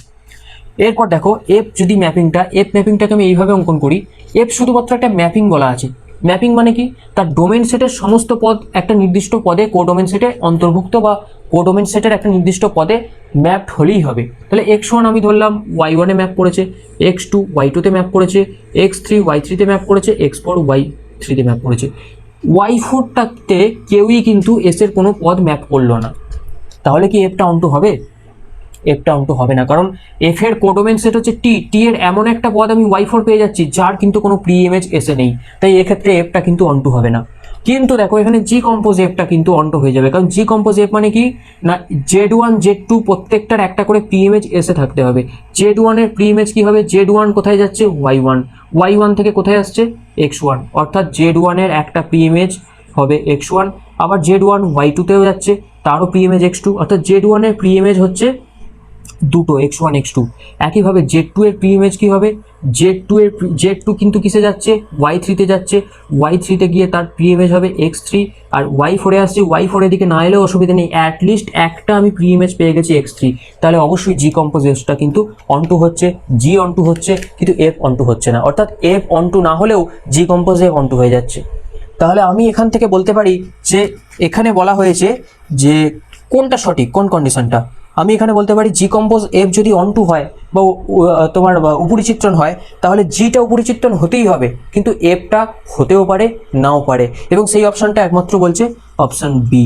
তাহলে অপশন বি হচ্ছে এখানে রাইট অপশন, যেখানে বলছে G is subjective, F may not be শো, অর্থাৎ এফটা হতেও পারে নাও হতে পারে। এরপর চলে এসেছি আমরা কোশ্চেন নাম্বার 54। এখানে কি বলছে, the polar coordinate of A point P is 2, -π/4. The polar coordinate of the point Q, which is such that the line joining PQ is bisected perpendicularly by the initial line is. অঙ্কটা আমি বলবো, তার আগে বলি এটা একটা অবজারভেশনের মাধ্যমে করতে পারা অঙ্ক। অ্যানালিটিক্যালি তোমরা কোষে করতে পারো, তার জন্য বেশি সময় লাগবে, কিন্তু অবজারভেশনের মাধ্যমে কি করে কয়েক সেকেন্ডে অঙ্কটা করা যাবে সেটাও আমি বলে দেবো। সবার আগে আমি ছবিটা আঁকবো। দেখো ছবিটা আঁকতে পারলেই কিন্তু এখানে কেল্লা ফতে। 54 এখানে দেখো পোলার কোঅর্ডিনেট আছে, তোমরা পোলার কোঅর্ডিনেট জানো, r, θ আকারে হয় প্রত্যেকটা কোঅর্ডিনেট। এটা তোমার হচ্ছে মূল বিন্দু ও, এটাকে বলা হয় ইনিশিয়াল লাইন ও এক্স কে, এবং ধরো এখানে একটা পয়েন্ট যদি পি হয়, তার পয়েন্ট যদি r, θ হয়, তাহলে ও পি হয় আর, এই অ্যাঙ্গেলটা হয় থিটা। তাহলে এখানে r, θ বলে দেওয়াই আছে, সরি এখানে r, θ বলা আছে 2, -4, অর্থাৎ পিটা উপরে না হয়ে নিচে হবে, কারণ -4 অ্যাঙ্গেলটা হচ্ছে এই অ্যাঙ্গেলটা, তাহলে এটা পি, তাহলে এটা হচ্ছে 2, -π/4, এটা হচ্ছে ওপিটা হচ্ছে 2। ওকে, এবার বলছে কিউ এমন একটা পয়েন্ট বার করো যাতে করে ইনিশিয়াল লাইন দিয়ে পি কিউটা যেন বাইজেক্ট করতে পারে। অর্থাৎ আমি যদি এখান থেকে একটা এরকম পি কিউটা নিই, যেটা কিউ পয়েন্ট হচ্ছে এটা, সেই কিউ পয়েন্টটার কোঅর্ডিনেট কি হবে যাতে করে পি কিউটা এই ইনিশিয়াল লাইন দিয়ে বাইজেক্ট করবে, অর্থাৎ এই বিন্দুটা, এই ওএক্স লাইনটা এই পি কিউকে সমদ্বিখণ্ডিত করবে, অর্থাৎ এই পোর্শনটা আর এই পোর্শনটা ইকুয়ালস হবে। এখানে পরিষ্কার দেখেই বোঝা যাচ্ছে যদি আমরা এটা 2, -π/4 হয়, তাহলে একমাত্র কিউ এর কোঅর্ডিনেট 2, 5 + π/4, ঠিক অপোজিট, ঠিক এর রিফ্লেকশন যে পয়েন্ট, সেই পয়েন্টটা নিলেই একমাত্র তবেই কিন্তু এটা এই দৈর্ঘ্য আর এই দৈর্ঘ্য সমান হবে। তাহলে এই দৈর্ঘ্য আর এই দৈর্ঘ্য সমান ধরতে গেলে আমাকে অবজারভেশনের মাধ্যমে 2, -π/4 এর রিফ্লেকশন পয়েন্ট হচ্ছে 2, π/4 করে দিতে পারি। আর যদি মনে করি যে না আমার অবজারভেশন হচ্ছে না, এটাকে অ্যানালিটিক্যালি করব, তাহলে কি করতে হবে, সবার প্রথম দেখো আমি কিউ বিন্দুটা স্থানাঙ্ক বার করবো, এটা জানি না, নিচেরটা আমার দেওয়া আছে, ওপি হচ্ছে 2, তাহলে ওপি যদি 2 হয় তাহলে সবার প্রথম এইটাকে আর এইটাকে বার করে নিতে হবে। যেমন ধরো এইটাকে আমি যদি বার করি আর এটাকে যদি বার করি, তাহলে কি হবে, সবার প্রথম দেখো এখানে এইটা আমি নাম দিলাম এম, তাহলে এখান থেকে এটা -π/4 ও এম ইকুয়ালস টু কি হবে, তাহলে cos of -π/4, তার মানে হবে কি cos of r cos of -π/4, r মানে 2, cos of -π/4, তার মানে হবে 2 × 1/√2, মানে √2 একক। তাহলে ও এমটা চলে আসবে এইটা √2। একইভাবে পিএমটা কি হবে, পিএম ইকুয়ালস টু হবে r sin -π/4, r মানে 2, তাহলে এখানে হবে 2 × -1/√2, তার মানে এটা হবে -√2। তার মানে এই যে নিচের দৈর্ঘ্যটা মাইনাস কেন আসছে, কারণ যেহেতু এটা নিচের দিকে আছে, নিচের দিকে এখানে আমার যেহেতু এর ভ্যালুটা নেগেটিভ হয় তাই -√2 আসছে, কিন্তু অ্যাকচুয়ালি লেন্থটা √2 নিচে আছে বলে নেগেটিভ আসছে। তাহলে এটাও √2 এটাও √2, যেহেতু এটা একটা সমকোণী ত্রিভুজ, কারণ বলেছে পারপেন্ডিকুলারলি বাইজেক্ট করবে, অর্থাৎ এই কোণটা 90 ডিগ্রি, এই কোণটাও 90 ডিগ্রি। ওকে, তাহলে আমি এই দুটো বাহুর দৈর্ঘ্য পেয়ে গেলাম, এটা 2 দেওয়া আছে। তাহলে আমাকে এখানে এমন একটা কিউ পয়েন্ট বার করতে হবে যেখানে এই দৈর্ঘ্যটা √2 হবে, কারণ আমি কি বললাম এইটার সঙ্গে এটা সমান, তাহলে এটা √2 হলে এটা √2 হতে হবে। তাহলে এটা যদি √2 হয়, এটা আমি পেয়ে গেছি √2, এটা কি হবে? একইভাবে লম্ব স্কোয়ার প্লাস ভূমি স্কোয়ার প্লাস অতিভুজ স্কোয়ার করলে এটা চলে আসবে 2 একক। তাহলে একটা জিনিস খেয়াল করে দেখো, এটা 2 একক পেয়েছি, তার মানে কিউ পয়েন্টের আর এর মানটা আমি পেয়ে গেছি 2। ওকে, এবার অ্যাঙ্গেলটা বার করতে হবে কত। অ্যাঙ্গেলটা আমি যদি ধরে নিই থিটা, থিটা ধরলাম এই অ্যাঙ্গেলটা, তাহলে এখান থেকে দেখো লম্ব বাই ভূমি যদি করি ট্যান থিটা, ট্যান থিটা সমান তাহলে কি √2/√2 সমান 1। তার মানে থিটা প্রথম পাদে আছে, তাহলে থিটার অবশ্যই মান হবে π/4, তাহলে 2, π/4ই কিন্তু কিউ এর মান আসছে। তাহলে আমি এইভাবে অ্যানালিটিক্যালি বার করতে পারি, কিংবা আমি অবজারভেশন থেকেও বলে দিতে পারি যে reflection point 2, +π/4 is the required coordinate of Q and option A is the right answer here. Okay, question number 55 দেখো, এতটা সহজ অঙ্ক WBJEE তে দেয়, তোমরা না করলে বুঝতে পারবে না। কোশ্চেন নাম্বার 55 এই অঙ্কটা বলছে দেখো, the length of conjugate Axis, conjugate Axis মানে হচ্ছে অনুবন্ধী অক্ষ অফ এ হাইপারবোলা, অর্থাৎ পরাবৃত্তের একটা অনুবন্ধী অক্ষ is greater than the length of transverse Axis, transverse Axis মানে হচ্ছে তির্যক অক্ষ, দেন দ্য এসেন্ট্রিসিটি ইজ, অর্থাৎ একটা পরাবৃত্তের অনুবন্ধী অক্ষের দৈর্ঘ্যটা তির্যক অক্ষের দৈর্ঘ্য থেকে বড়, তাহলে সেই পরাবৃত্তটার এসেন্ট্রিসিটি বা উৎকেন্দ্রতা কি হবে। অবভিয়াসলি আমরা জানি যদি কোনো পরাবৃত্ত হয় x² / a² - y² / b² = 1, সেক্ষেত্রে আমাকে বলা হচ্ছে এটা হচ্ছে অনুবন্ধী অক্ষের দৈর্ঘ্য, অনুবন্ধী অক্ষের দৈর্ঘ্য মানে হয় এটা 2b, আর তির্যক অক্ষের দৈর্ঘ্য হয় 2a। তাহলে আমাকে অবভিয়াসলি বলা হচ্ছে 2b > 2a বা b > a। এইটা ইনফরমেশনটা দেওয়া আছে। সবার আগে বুঝতে হবে আমার ইনফরমেশনটা কি দেওয়া আছে আর কোন ইনফরমেশনটা আমাদের কাছ থেকে চাইছে, এই দুটো জিনিস ডিসাইড করে নাও। আমাকে ইনফরমেশন দেওয়া আছে b > a, চাইছে ই আমরা কি জানি, হাইপারবোলা বা পরাবৃত্তের ক্ষেত্রে 1 + b² / a² = বা করলে এর রুট, এইটা হয় এর মান। আমাদেরকে বার করতে হবে এই এর ভ্যালুটা, বা ইটা এখানে অ্যাকচুয়ালি কোন ইয়েটাকে স্যাটিসফাই করছে, ইকুয়ালস টু √2 না >√2 সেটা বার করতে হবে। তো এর ভ্যালুটা বার করতে গেলে আমাকে এই এক্সপ্রেশনটার ভ্যালুটা বার করতে হবে। এবার দেখো আমাকে গিভেন ইনফরমেশন দেওয়া আছে b > a মানে b/a > 1, that means b² / a² > 1, that means both সাইডে আমি 1 প্লাস করে দিই, গ্রেটার দ্যান 1 + 1 মানে 2, তার মানে e² > 2, তার মানে e greater than obviously mod e actually greater than √2। Mod কেন নিলাম না, স্কোয়ার ভাঙলে প্লাস মাইনাস আসে, তাই mod e √2। কিন্তু e সবসময় পজিটিভ হয়, তাই অবশ্যই মড আর লেখার প্রয়োজন নেই, e গ্রেটার দ্যান √2, এটা হচ্ছে রিকোয়ার্ড কন্ডিশন। এবং অপশান দেখো বি আছে greater than √2, so option B is the right answer here. কত সোজা অঙ্ক যে WBJEE তেও এরকম অঙ্ক দিতে পারে, সামান্য মাথা খেলালেই কিন্তু এই অঙ্কগুলো করা যায়। এরপর দেখো কোশ্চেন নাম্বার 56। কোশ্চেন নাম্বার 56 বলছে the value of lim x tends to 0 plus x/p into box of q/x। Box of x মানে আমরা কি জানি, বক্স অফ x হচ্ছে গ্রেটেস্ট ইন্টিজার ফাংশন, মানে ধরো বক্স অফ 1.5 যদি আমরা নিই, তাহলে সবসময় গ্রেটেস্ট ইন্টিজার যেটা 1.5কে পেরিয়ে যাবে না, জাস্ট এর থেকে ছোট যে ইন্টিজার সেটা হয় এর ভ্যালু, অর্থাৎ বক্স অফ 1.5 হলে 1 হবে, বক্স অফ 2.7 হলে 2 হবে, অর্থাৎ ইন্টিজার ভ্যালুগুলো দেবে কীরকম ইন্টিজার, এর থেকে জাস্ট ছোট ইন্টিজার ভ্যালু। তো সেরকমই এখানে দিয়েছে lim x tends to 0 plus x/p ব্র্যাকেটে থার্ড ব্র্যাকেটে q/x, q/x হচ্ছে গ্রেটেস্ট ইন্টিজার ফাংশন। এখন একটা জিনিস খেয়াল করে দেখো এখানে যে q/x অ্যাকচুয়ালি আমরা যখন কোনো 2.7 লিখি, 2.7 মানে আমরা এটাকে এভাবে লিখতে পারি যে box of 2.7 plus 0.7।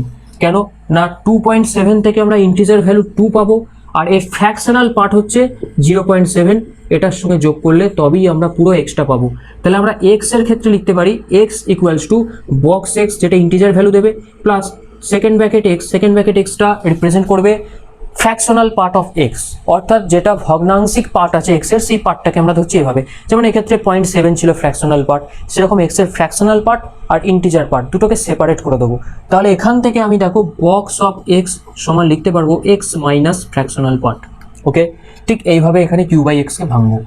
Limit x tends to 0 plus x/p, এটাকে আমি যদি ভাঙি, আর আমি এটাকে থার্ড ব্র্যাকেট দেবো না কারণ বক্স উঠে যাচ্ছে, কিউ বাই এক্স, এক্সের জায়গায় লিখলাম এটা হচ্ছে এক্স, মাইনাস এ ফ্র্যাকশনাল পার্টকে আমি সেকেন্ড ব্র্যাকেটে লিখবো। এবং সবসময় দেখো ফ্র্যাকশনাল পার্টটা কি হবে না, 0 থেকে স্টার্ট করে 1-এর মধ্যে থাকবে, 1-এর বড়ও হবে না, 0-র ছোটও হবে না। তাহলে এখানে আমি লিখবো 0 lesser equals to fractional part Q by X less than 1। Actually fractional পার্টকেই সেকেন্ড ব্র্যাকেট এইভাবেই লেখা হয়। এবার আমি যদি লিমিটটা ভাঙি, প্রথমে দেখো limit X tends to 0 plus X by P into Q by X, X X কেটে যে কিউ বাই পি হবে, এটা হবে limit X tends to 0 plus X by P into fractional Q by X. এখন যখন লিমিট এক্স টেন্স টু 0 নিয়ে নেবো, extra 0-র কাছাকাছি হয়ে যাবে, তখন ফ্র্যাকশনাল পার্টটা কিন্তু একটা নির্দিষ্ট সংখ্যায় পরিণত হবে, ফাইনাইট কোয়ান্টিটি হয়ে যাবে। এটা থেকে আমি পেয়ে যাচ্ছি কিউ বাই পি, এটার লিমিট দেখার প্রয়োজন নেই, ভ্যারিয়েবল চলে গেছে। এটাই হয়ে যাবে limit X tends to 0 plus X by P into some finite quantity, কিছু একটা হবে, সেটা আমরা বলতে পারবো না কত হবে, সেটা এক্সের ভ্যালুর উপর ডিপেন্ড করবে। কিন্তু যখনই এক্সটা টেন্স টু 0 আমি নিয়ে নিচ্ছি, তখনই কিউ বাই এক্সটা ফাইনাইট হয়ে যাবে, ফ্র্যাকশনাল পার্টটা ফাইনাইট হয়ে যাবে। তাহলে এটা হয়ে যাচ্ছে Q by P, limit X tends to 0 এখানে বসিয়ে দিলে হয়ে যাবে -0 ইন্টু ফাইনাইট যে কোনো একটা নাম্বার আছে এখানে আমি ধরে নিলাম, এটা পুরোটাই 0, তার মানে ultimately Q by P is the limiting value. এবং অপশান দেখো, এখানে তোমাদের অপশানে কিন্তু অপশান এ যেটা আছে, অপশান এতে দেওয়া আছে box Q by P. Actually হিসেব অনুযায়ী কিন্তু 4টে অপশানের কোনো অপশানটাতেই মিলছে না, কিন্তু বক্স কিউ বাই পি হচ্ছে তোমাদের প্রিন্টিং মিস্টেকের জন্য এসছে, প্রিন্টিং মিস্টেক করে এটা এসছে, এটাই অ্যাকচুয়ালি অপশান, এটাই তোমাদের কিউ বাই পি বলতে চেয়েছে। যদি নাও বলতে চাও, actually answer Q by P. Okay, অপশানের সঙ্গে না মেলাতে চাইলে না মেলাতে পারো। এরপর দেখো কোশ্চেন নাম্বার 57, খুব ইম্পর্টেন্ট একটা অঙ্ক, খুব সুন্দর অঙ্ক, খুব ভালো করে মন দিয়ে শুনবে। অঙ্কটার মধ্যে একটু জটিলতা আছে, বুঝতে হবে। সবার প্রথম বলছে এফ এক্স একটা পলিনোমিয়াল দেওয়া আছে বা একটা বহুপদী সংখ্যামালা দেওয়া আছে। তোমরা দেখতে পাচ্ছ F X equals to X to the power 4 minus 4x Q plus 4x square plus C. এটা হচ্ছে যদি এফ এক্স হয়, দেন কোন অপশানটা ঠিক? বলছে F X has infinitely many zeros in 1,2 for all C, নাকি has exactly 1 0 in 1,2 if -1 less than C less than 0। Zeros মানে কি? জিরোস মানে তোমরা যখন পলিনোমিয়াল বা বাংলায় বহুপদী সংখ্যামালা পড়েছো, ক্লাস 9-এ পড়েছো, বেঙ্গলি মিডিয়ামের স্টুডেন্টদের কথা বলছি, ক্লাস 9-এ তোমরা জিরোস বা শূন্য পড়েছো। অ্যাকচুয়ালি বহুপদী সংখ্যামালা শূন্য যা, পলিনোমিয়ালের 0 তাই, একই জিনিস। অর্থাৎ অ্যাকচুয়ালি পলিনোমিয়াল এক্সপ্রেশনটাকে আমি যদি ইকুয়ালস টু 0 করি, তাহলে এটা একটা ইকুয়েশনে দাঁড়িয়ে যাবে। অর্থাৎ এফ এক্স ইকুয়ালস টু 0, এই এফ এক্স ইকুয়ালস টু 0 ইকুয়েশনের যতগুলো রুট হবে, সেই রুটগুলোই হচ্ছে এই পলিনোমিয়ালের 0 অ্যাকচুয়ালি। ঠিক আছে, তো 0 মানে এখানে F X equals to 0 root ধরতে পারো। অর্থাৎ এফ এক্স ইকুয়ালস টু 0 কতগুলো রুট থাকবে, এক্স্যাক্টলি 1 রুট থাকবে, না ডবল 0 রুট থাকবে, নাকি না ইনফাইনাইটলি মেনি রুট থাকবে, কার মধ্যে? ওপেন ইন্টারভ্যাল 1,2 এর মধ্যে, যখন সিটা থাকবে -1 আর 0-র মধ্যে। ব্যাপারটা ভালো করে আগে তোমরা কোশ্চেনটা পড়ো, তারপর আমার বোর্ডের দিকে খেয়াল করো। সবার প্রথম আমি 1,2 এর মধ্যে এফ এক্সের রুট থাকার যে কন্ডিশন সেটা বার করব। ওপেন 1,2 এর মধ্যে এখানে দেখো এফ এক্স হচ্ছে একটা পলিনোমিয়াল এক্সপ্রেশন, এটা সবসময় সমস্ত জায়গায় কন্টিনিউয়াস, সমস্ত জায়গায় ডেরিভেবল হবে। তার জন্য আমি কিন্তু ইন্টারমিডিয়েট ভ্যালু প্রপার্টি বলে একটা প্রপার্টি আছে, বা বলজানো থিওরাম বলে একটা থিওরাম আছে। তোমাদের বইয়ে না থাকলে অবশ্যই গুগল করো, এটা জয়েন্ট এন্ট্রান্সের সিলেবাস, স্টেট বোর্ডের বইতে, এসএনদের বইতে নাও থাকতে পারে। তো বলজানো থিওরামের মূল যে বক্তব্য সেটা হচ্ছে যে যদি কোনো একটা ইন্টারভ্যালের মধ্যে রুট থাকতে হয়, তাহলে অবশ্যই ইন্টারভ্যালের প্রথম এবং শেষ এই দুটো পয়েন্টের এই ইমেজটা, অর্থাৎ f1.f2টা আর অফ অপোজিট সাইন্স হবে, অর্থাৎ এদের মাল্টিপ্লিকেশনটা লেস দেন 0 হবে। অপোজিট সাইন মানে একটা গেটার একটা লেস 0, তাহলে এদের মাল্টিপ্লিকেশনটা সবসময় লেস দেন 0 হবে। তো f1 ইন্টু f2 যদি লেস দেন 0 করি, এখান থেকে 1 plus C into C less than 0 আসছে। তার মানে আমি কি করতে পারি? আমি করতে পারি সি লেস দেন 0 আর 1 প্লাস সি গ্রেটার দেন 0। তাহলে সি লেস দেন 0 আর এখান থেকে 1 প্লাস সি গ্রেটার দেন 0 মানে সি গ্রেটার দেন -1। এই কন্ডিশনটা নিলে আমার কিন্তু -1 লেস সি লেস 0 যে কন্ডিশনটা আমাদের প্রত্যেকটা অপশানে চাইছে সেটা আসছে। মানে এই কন্ডিশনটা অ্যাকচুয়ালি হতে পারে, অর্থাৎ এই কন্ডিশনটা হলে অ্যাকচুয়ালি 1 আর 2 এর মধ্যে অ্যাটলিস্ট একটা রুট থাকবে, তার বেশিও থাকতে পারে, অ্যাটলিস্ট একটা থাকবে। তার মানে এই কন্ডিশনে আমাকে এবার দেখতে হবে যে কতগুলো রুট আছে 1,2 এর মধ্যে। সেই রুটগুলো বার করার জন্য আমি এখানে গ্রাফিক্যাল রিপ্রেজেন্টেশন করবো, এছাড়া অন্য কোনো সহজ পদ্ধতি নেই। গ্রাফটা আঁকতে হবে আমাকে এফ এক্সের গ্রাফটা আঁকার জন্য আমাকে এতগুলো ডেটা বার করতে হবে। সবার প্রথমে f'(x) বার করবো। f'(x)টা কোন পয়েন্টে, f'(x)টাকে 0 করলে এক্স এর যে ভ্যালু পাওয়া যাচ্ছে 0, 1, 2, অর্থাৎ 0, 1, 2 পয়েন্টে f'(x)টা ম্যাক্সিমাম বা না মিনিমাম হবে সেটা বার করবো। এগুলো সব গ্রাফ আঁকার স্টেপ। ম্যাক্সিমাম মিনিমাম ভ্যালুটা কি কি হবে, এফ ডবল ড্যাশ এক্সে বসিয়ে জানতে পারবো। আমি দেখতে পাচ্ছি এফ ডবল ড্যাশ জিরোটা গ্রেটার দ্যান জিরো, তাহলে এফ ডবল ড্যাশ যদি গ্রেটার দ্যান জিরো হয় তাহলে এক্স ইকাস টু 0 পয়েন্টে মিনিমাম ভ্যালু আছে এফ এক্সের। এফ ডবল ড্যাশ ওয়ানটা -4 লেস দ্যান জিরো, অর্থাৎ এক্স ইকালস টু 1 সে ম্যাক্সিমাম ভ্যালু আছে, আর এক্স ইকালস টু 2 এ আবারও মিনিমাম ভ্যালু আছে। এইটুকু ডেটা নিয়ে আমি যদি আঁকি গ্রাফটা, এখন গ্রাফটা আমাকে পুরো আঁকতে হবে না, খেয়াল করে দেখো, আমাকে যাচাই করতে হবে ওপেন 1,2 এর মধ্যে কটা রুট আছে। তাহলে 1,2 এর মধ্যে গ্রাফের যে অংশটা আসবে সেটুকু আঁকলেই হবে। সেটুকু কি করে আঁকবো, দেখো এখানে এক্স ইকালস টু 1 এ বলছে -4 মানে ম্যাক্সিমাম ভ্যালু আছে। আমি ধরলাম এক্স ইকালস টু 1টা হচ্ছে এখানে, এর ম্যাক্সিমাম ভ্যালু হচ্ছে এটা। এক্স ইকালস টু 2 এ বলছে মিনিমাম ভ্যালু আছে, যেহেতু এফ ডবল ড্যাশটা গ্রেটার দ্যান জিরো হয়েছে। এক্স ইকালস টু 2 আমি ধরলাম এখানে, এটা মিনিমাম ভ্যালু। তাহলে এক্স ইকালস টু 1 আর এক্স ইকালস টু 2 এর মধ্যে ম্যাক্সিমাম মিনিমাম ভ্যালু যেহেতু এক্সিস্ট করছে, তার মানে কার্ভটা এদিকে কোনো একটা জায়গা থেকে এরকমভাবে এসে, এটা এরকমভাবে এসে এই বিন্দু দিয়ে আবার এদিকে চলে যেতে পারে। ওকে, এখন আমার এই পোর্শনটা আর এই পোর্শনটা নিয়ে কাজ কারবার। এই দিকটা আমি বাদ দিয়ে দেবো, এই দিকটা আমি বাদ দিয়ে দেবো। এইটা হচ্ছে 1 থেকে 2 এর মধ্যে কার্ভটার চিত্রটা। এই চিত্রটার মধ্যে দেখো কার্ভটা একবারই 1,2 এর মধ্যে একবারই এক্স অ্যাক্সিসকে কাট করেছে। আমরা সব সময় বলছি গ্রাফিক্যাল রিপ্রেজেন্টেশন থেকে যখনই রুট বার করতে হবে মাথায় রাখবে কার্ভটা এক্স অ্যাক্সিসকে যতবার কাট করছে সেটাই হচ্ছে তার রুট।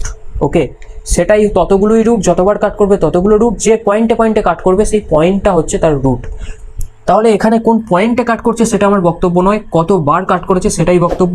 একবারই বেশি কাট করবে, কারণ একটা ম্যাক্সিমাম একটা মিনিমাম ভ্যালুর মধ্যে আর দ্বিতীয়বার কাট করতে পারবে না, তাহলে এখানে ম্যাক্সিমাম এখানে মিনিমাম পাওয়াই যাবে না। তাই একবার কাট করছে, একটাই রুট হবে। তাহলে আমি এখানে দেখো বলে দিতে পারবো যে এফ এক্স হ্যাজ এক্স্যাক্টলি 1 বা 1 রুট ইন 1,2 ইফ এই কন্ডিশনটা স্যাটিসফাই করে, অর্থাৎ F X has only 1 root, বা এফ এক্স রুট না লেখাই দরকার, কারণ এফ এক্স একটা পলিনোমিয়াল ধরা হয়েছে। রুট হলে F X equals to 0 root হতো, তো only 1 0 in 1,2 when -1 less C less 0। এটা একটু ভজকটো লাগলেও অঙ্কটা ভালো করে বোঝার চেষ্টা করো, বুঝতে না পারলে কমেন্ট করো, আমি আবারও বুঝিয়ে দেবো। আর এরপর দেখো কোশ্চেন নাম্বার 58, এটাও আমরা গ্রাফিক্যালি সলভ করব। সবসময় বলছি যতটা শর্টকাট করতে গেলেই আমাদের গ্রাফিক্যাল, ডায়াগ্রামিক্যাল এই ধরনের মেথড আমাদেরকে চয়েস করতে হবে। এখানে বলছে the graph of polynomial x² - 1 and cos x intersect at exactly 2 points না 3 পয়েন্টস না 4 পয়েন্ট নাকি ইনফাইনাইটলি মেনি পয়েন্টস, কতগুলো পয়েন্টেই দুটো কার্ভ মিট করছে সেটা বার করতে হবে।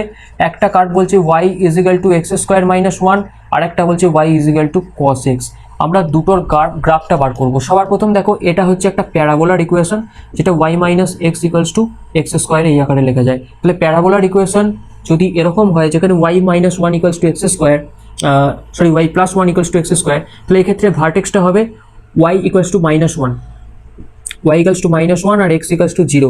তার মানে 0, -1 মানে নিচের দিকে এরকম জায়গায় ভার্টেক্সটা হবে। তাহলে এবং ওপেনিংটা আপওয়ার্ডস হবে, যেহেতু এখানে প্লাস সিম্বল আছে। তাহলে প্যারাবোলার ইকুয়েশনটা দেখতে কার্ভটা অনেকটা এরকম হবে। আমরা অ্যাপ্রক্সিমেটলি আঁকবো, এখানে আমাদের এক্স্যাক্টলি আঁকার কোনো প্রয়োজন নেই।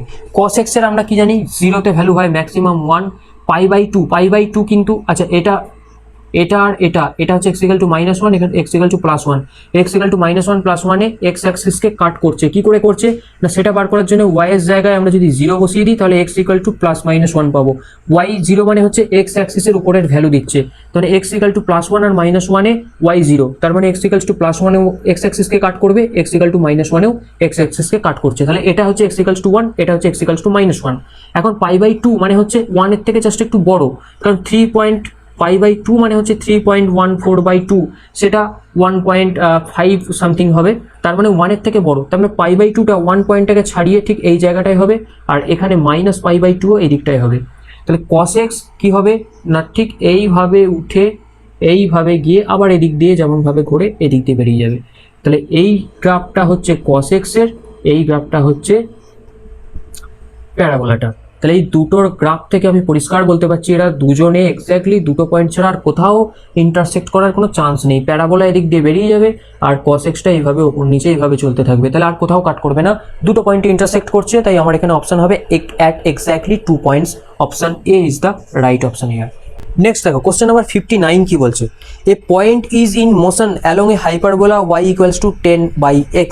তোমরা বলবে হাইপারবোলা তো sir X square minus Y square এই আকারে হয়, এখানে আবার এক্স বা ওয়াই এক্স এগুলো সিঙ্গেল দিয়ে কি করে হাইপারবোলা হচ্ছে? তোমরা নিশ্চয়ই দেখেছো রেক্ট্যাঙ্গুলার হাইপারবোলা বলে একটা হাইপারবোলা আছে, যেটাকে আমরা X Y equal to C square দিয়ে ডিনোট করি। এটা ঠিক হচ্ছে এখানে রেক্ট্যাঙ্গুলার হাইপারবোলা, তাই দেখতে এরকম, ঠিক আছে। এবার বলছে এই হাইপারবোলার একটা পয়েন্ট কি করছে, মোশনে আছে, নির্দিষ্ট গতিতে এগিয়ে যাচ্ছে। সো দ্যাট ইট অ্যাবসিসা এক্স, অ্যাবসিসা মানে হচ্ছে পয়েন্টার এক্স কোঅর্ডিনেটকে বলে অ্যাবসিসা, ওয়াই কোঅর্ডিনেটকে বলে অর্ডিনেট, ঠিক আছে। Abscissa X increases uniformly at a rate of 1 unit per second, then rate of change of its ordinate when the point passes through 5,2। ভালো করে বোঝো, এখানে অ্যাবসিসার রেট অফ চেঞ্জটা বলছে 1, অ্যাবসিসা যদি হয় এক্স আর অ্যাট এ টাইম যদি টাইমটা টি হয়, আর সেই সময়ে যদি ধরলাম ওয়াই, ধরলাম পয়েন্ট পিটা হচ্ছে এক্স কমা ওয়াই এবং এটা মুভ করছে যে কোনো একটা সময় টিতে, এর অ্যাবসিসার রেট অফ চেঞ্জ হচ্ছে ডিএক্স বাই ডিটি আর অর্ডিনেটের রেট অফ চেঞ্জ হচ্ছে ডিওয়াই বাই ডিটি। এটা হচ্ছে মূল কথা। এখন বলছে প্রত্যেকটা সময় এর অ্যাবসিসার রেট অফ চেঞ্জটা ফিক্স, যেটা হচ্ছে ডিএক্স বাই ডিটি সমান 1 ইউনিট পার সেকেন্ড। আমাকে বার করতে হবে ডিওয়াই বাই ডিটিটা কত হবে। আমাকে দেওয়া কি আছে, গিভেন ইনফরমেশন হচ্ছে কার্ভটা দেওয়া আছে 10/x আর ডিএক্স ডিটি দেওয়া আছে 1, আর যখন এটা 1 হচ্ছে তখন এটা 5,2 পয়েন্ট দিয়ে পাস করছে অ্যাকচুয়ালি, ঠিক আছে। তাহলে আমার এখান থেকে বার করতে হবে ডিওয়াই বাই ডিটি সমান কি। আমি সবসময় বলছি কি দেওয়া আছে আর কি বার করতে হবে, সেটাকে নিচে ক্লিয়ার হয়ে যাও। এখন আমি কি করব দেখো, এই যে কার্ভটা একে টি এর রেসপেক্টে বোথ সাইডকে ডেরিভেটিভ করব। টি এর রেসপেক্টে করলে লেফট হ্যান্ড সাইড হবে ডিওয়াই বাই ডিটি, বাঁ দিকটা হবে -10/x² into dx by DT. এবার 5,2 পয়েন্ট দিয়ে যাচ্ছে, তাহলে D Y by D T at point 5,2 বসালে -10/x² এর জায়গায় 5² আর ডিএক্স বাই ডিটি 1 দেওয়া আছে, তাহলে এটা হবে -10/25, এটা হবে -2/5। এবার যখন রেট অফ চেঞ্জ বার করবো, আর রেট অফ চেঞ্জ যখন নেগেটিভ আসবে সবসময় বুঝতে হবে রেটটা কমছে, পজিটিভ হলে রেটটা বাড়ছে, নেগেটিভ হলে কমছে, পজিটিভ হলে বাড়ছে। তাহলে এখানে অপশানে দেখো আমাদের রয়েছে increases or decreases. Option C বলছে decreases at the rate of 2/5 unit per second. Obviously ওয়াইটা কি করছে, মাইনাস ডিওয়াই বাই ডিটি -2/5 মানে ওয়াইটা কিন্তু ডিক্রিজ করছে কোন রেটে, 2/5 ইউনিট পার সেকেন্ড রেটে। Option C is the right answer here. আজকে আমাদের লাস্ট কোশ্চেন করবো, কোশ্চেন নাম্বার 60। কিন্তু তার আগে বলে দিই, যারা এখনো পর্যন্ত ভিডিওটাকে লাইক করোনি তারা অবশ্যই ভিডিওটাকে লাইক করো, যদি ভালো লাগে তবেই অবশ্য। আর যদি এখনো পর্যন্ত চ্যানেলে নতুন হয়ে থাকো চ্যানেলটাকে দ্রুত সাবস্ক্রাইব করে দাও, এরপরই অঙ্কটা তোমরা দেখতে পাবে এবং এর পরের অঙ্কগুলো পরের ক্লাসে আসবে, তাই আর কথা বাড়াবো না, কোশ্চেন নাম্বার 60 করে ভিডিও খতম। কোশ্চেন নাম্বার 60 কি বলছে দেখো, কোশ্চেন নাম্বার 60 বলছে let A equals to minimum of একটা এক্সপ্রেশন দেওয়া আছে x² + 2x + 3, যেখানে এক্সগুলো বলা হচ্ছে রিয়েল নাম্বার থেকে নেওয়া হয়েছে, সেটা রিয়েল নাম্বার। আর বি এর একটা ভ্যালু দেওয়া আছে, বি বলছে limit θ tends to 0 1 - cos θ by θ²। যদি এ আর বি এর ভ্যালুটা এটা হয় তাহলে বার করতে আমাদের কি হবে, এ বি এর ভ্যালু বার করতে হবে না, বার তো অন্য কিছু করতে হবে। r = 0 to n a to the power r b to the power n - r। অনেকে মনে করছে এ আর বি এর ভ্যালু বা খুব সুন্দর তো এখান থেকে বার করে দেবো, অঙ্ক হয়ে গেল না, চাইছে আসলে এইটা আমাকে এ আর বি এর ভ্যালু অবশ্যই বার করতে হবে। দেখো সবার প্রথম এ বলছে মিনিমাম অফ x² + 2x + 3, তাহলে আমি fx যদি ধরি x² + 2x + 3, তাহলে fx এই ফাংশনটার মিনিমাম ভ্যালু আমরা বার করতে জানি, তার জন্য আমাদের f' বার করতে হয়। f' হচ্ছে 2x + 2, f' কে 0 করলে x = -1, এই -1 এ f" কি হবে সেটা দেখতে হবে। ও বাবা, f" 2 গ্রেটার দ্যান হয়েই বসে আছে, তাহলে f = -1 এ আমি দেখতে পাচ্ছি fx এর কি ভ্যালু আছে, গ্রেটার দ্যান হলে মিনিমাম ভ্যালু আছে, তো f of -1 বার করে নেবো, 1 - 2 + 3 দ্যাট মিনস 2, তাহলে 2 হচ্ছে fx এর minimum value, that means a = 2 পেয়ে গেলাম। এবার বি বার করব, বি হচ্ছে লিমিটের অঙ্ক, এটাকে ঠিক এইভাবে সাজিয়ে নিতে হবে, দিয়ে লিমিট ভ্যালু বার করবো 1 - cos θ মানে হচ্ছে 2 sin² θ/2। কেন সাইনে ভাঙলাম, কারণ সাইন দিয়ে আমার স্ট্যান্ডার্ড লিমিট আছে, তাই স্ট্যান্ডার্ড লিমিটে নিয়ে যেতে হবে θ²। এবার একটা জিনিস দেখো, আমার স্ট্যান্ডার্ড লিমিট কি বলছে, লিমিট θ টেন্ডস টু 0 sin θ/θ = 1, এই আকারে আমাকে সাজাতে হবে এই লিমিটটাকে। তার জন্য আমায় বাইরে একটা হাফ নিয়ে নিতে হবে। কেন নিলাম এক্ষুনি বুঝতে পারবে, প্রশ্ন আসছে মনে, আমি বুঝতেই পারছি। এটা হয়ে যাবে θ/2 টোটালটার হোল স্কোয়ার। ওকে, দেখো এটা কিন্তু স্ট্যান্ডার্ড ফর্মে চলে আসছে, sine theta by 2 by theta by 2। এটা থিটা বাই 2 টেন্স টু 0 যা, থিটা টেন্স টু 0 তাই একই ব্যাপার। তাহলে এটা হয়ে যাচ্ছে হাফ ইন্টু এই পুরো লিমিটিং ভ্যালুটা 1, তাহলে হাফ। তাহলে বি সমান আমি পেয়ে গেলাম হাফ, এ সমান পেয়ে গেলাম 2। এইবার আমার আসল অঙ্ক শুরু হবে। এতক্ষণ তো আমরা ল্যাজ নিয়ে কাজ কারবার করছিলাম, এবার আসল মাথাটা হবে। দেখো তার জন্য আমাকে একটু মুছে নিতে হবে, বোর্ডটা একটু সাফ করে নিই।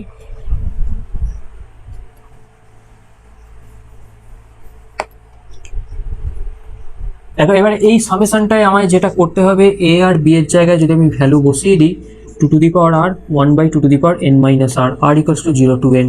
তাহলে এটা কি হয়ে যাবে, 2 to the power n into 1 by 2 to the power n। Okay, তাই তো, সরি 0 থেকে স্টার্ট করছি, তো 2 to the power 0 by 2 to the power n plus, তারপর n এর মান আর এর মান যখন 1 বসাবো 2 2 to the power 1 by 2 to the power n minus 1 plus 2 to the power square by 1 by 2 to the power n minus 2 plus dot dot dot করে last টার্মটা কি হবে, লাস্ট টার্মটা আর এর জায়গায় n বসালে 2 to the power n by 1 by 2 to the power n minus n। এইবার দেখো প্রথমটা হচ্ছে 1 by 2 to the power n, তারপরেরটা আমি সাজিয়ে যদি নিই যে 1 by 2 to the power n minus 2, দুইটাকে নিচে নিয়ে এলাম, 1 by 2 to the power n minus 4। Okay, দুইটাকে নিচে নিয়ে এলাম, 2 স্কোয়ারটাকে নিচে নিয়ে এলাম, এইভাবে চলতে চলতে লাস্ট টার্মটা হবে 1 by 2 to the power n minus 2n। প্রত্যেকটা টার্ম থেকে 1 by 2 to the power n common যাবে, গেলে পরে এখানে থাকবে 1 plus 1 by 2 to the power minus 2, 1 by 2 to the power minus 4 plus dot dot dot করে up to 1 by 2 to the power minus 2n। এটা মানে হচ্ছে 1 by 2 to the power n, 1 plus 2 square plus 2 to the power 4 plus dot dot করে plus 2 to the power 2n। 2 square মানে কত, 4, yes 4। তাহলে কি হবে 1 প্লাস 4 প্লাস 4 স্কোয়ার, 2 টু দি পাওয়ার 4 মানে 4 স্কোয়ার, 4 এর কিউব, এইভাবে চলতে চলতে লাস্ট টার্মটা হবে 4 টু দি পাওয়ার n। দেখো এটা একটা জিপি সিরিজ বা গুণোত্তর প্রগতি, যার পদ সংখ্যা বা নাম্বার অফ টার্মস হচ্ছে n। আমরা গুণোত্তর প্রগতি বা জিপি সিরিজের সামেশনের ফর্মুলা জানি, 1 by 2 to the power n বাইরে রইল, সামেশনটা হচ্ছে আমরা যেহেতু আর এখানে দেখো আর তাহলে কত, এখানে আর হচ্ছে 4, যেহেতু গ্রেটার দেন 1 তাহলে আমি এই ফর্মুলা ফেলবো r to the power n minus 1 by r minus 1, that means 1 by 2 to the power n 4। আচ্ছা এখানে টোটাল নাম্বার অফ টার্মস কটা আছে, আমি কি বললাম n নয়, একটা ছোট্ট ভুল হয়ে গেল, এখানে টার্মস কিন্তু শুরু হচ্ছে 4 টু দি পাওয়ার 0 থেকে n, মানে n প্লাস 1টা টার্মস আছে। ওকে, n প্লাস 1টা টার্মস আছে, তাহলে এখানে 4 to the power n plus 1 minus 1 by 4 minus 1, তার মানে আমি পাবো 1 by 2 to the power n 4 to the power n plus 1 minus 1 by 3। এটা দেখো অপশানে আছে এবং অপশান সি বলছে উত্তর। ব্যাস হয়ে গেল আজকে আমাদের কোশ্চেন নাম্বার 60 পর্যন্ত। যদি কারোর কোনো অসুবিধা থাকে অবশ্যই কমেন্ট করে জানাও এবং আমাদের হোয়াটসঅ্যাপ টেলিগ্রাম গ্রুপে জয়েন করতে ভুলো না। টেলিগ্রাম গ্রুপে WBJEEদের জন্য স্পেশাল কিছু মক টেস্টের সিরিজ চলছে, সাথে বেশ কিছু স্টাডি মেটেরিয়ালস আপলোড করা হচ্ছে, তোমরা চাইলে টেলিগ্রামে গিয়ে জয়েন করো। লিঙ্ক কোথায় পাবে, ডেসক্রিপশন বক্সে দেওয়া আছে। এই হয়ে গেল আমাদের আজকে কোশ্চেন নাম্বার 60 পর্যন্ত কমপ্লিট। এর পরের ক্লাসে আমরা বাকি অঙ্কগুলো করব। এরপর আমি বলবো যদি কারোর কোনো সমস্যা থাকে কমেন্ট করে জানাও, কিংবা আমাদের হোয়াটসঅ্যাপ গ্রুপ, টেলিগ্রাম চ্যানেল যেখানে খুশি জয়েন করো, ছবি তোলো, নিজের কোশ্চেন করো, আমি তার সমাধান বুঝিয়ে দেবো। সাথে সাথে আমাদের WBJEE যারা ক্যান্ডিডেট আছে তাদের জন্য স্পেশাল কিছু স্টাডি মেটেরিয়ালস মক টেস্টের আয়োজন করা হচ্ছে টেলিগ্রাম চ্যানেলে। তার লিঙ্ক, সমস্ত আমাদের সোশ্যাল মিডিয়ার লিঙ্ক এই ভিডিও ডেসক্রিপশন বক্সে আছে, সেখানে সব জায়গায় গিয়ে জয়েন করে যাও। সব জায়গা থেকে কিছু না কিছু সাহায্য পাবে, এটুকু তোমাদের গ্যারান্টি দিতে পারি। তাই আমাদের সাথে সোশ্যাল মিডিয়ার সঙ্গে যুক্ত হয়ে যাও, সাথে চ্যানেলের সঙ্গে যুক্ত হও, তার জন্য পাশের ঘন্টাটাকে বাজাও আর সাবস্ক্রাইবটা করে দাও। চলো আজকের ক্লাস এখানেই শেষ করলাম, পরের দিন দেখা হবে আবার পরের ক্লাস নিয়ে।